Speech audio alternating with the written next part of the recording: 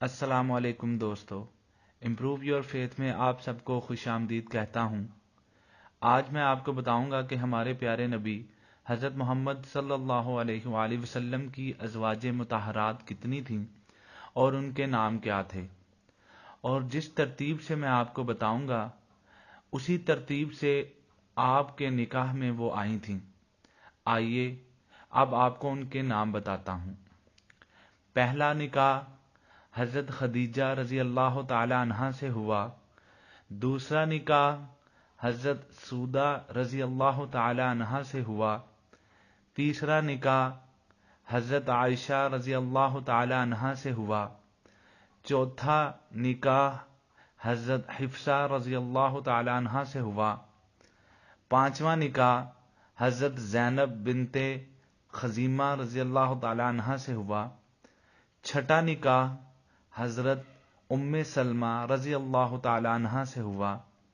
ساتواں نکاح حضرت زینب رضی اللہ تعالی عنہا بنت حجش سے ہوا۔ آٹھواں نکاح حضرت جویریہ رضی اللہ تعالی عنہا سے ہوا۔ نوواں نکاح حضرت صفیہ رضی اللہ تعالی عنہا سے ہوا۔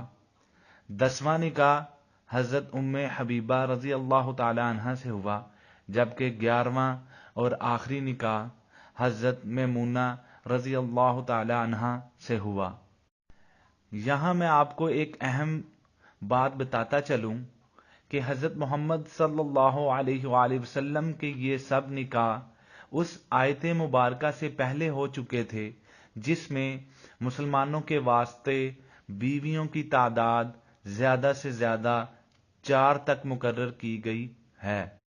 اور ایک اور اہم معلومات آپ کو دیتا چلوں کہ جنگوں میں بعض صحابہ کرام شہید ہوتے یا کفار مکہ میں جو مسلمان عورتیں آتی جن کے شوہر مسلمان نہیں ہوتے تھے اور عورتیں اسلام قبول کر لیتی تھیں، تو اس طرح ان کو طلاق دے دی جاتی، تو حضرت محمد صلی اللہ علیہ وآلہ وسلم نے ان بیواؤں اور مطلقہ یعنی طلاق یافتہ عورتوں سے نکاح کر لیا اور انسانیت کو بیوہ اور مطلقہ عورتوں سے نکاح کرنے کی ترغیب دی۔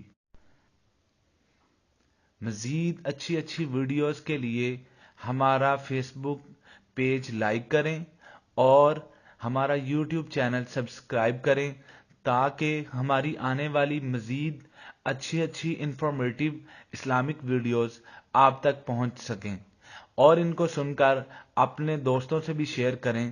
شکریہ۔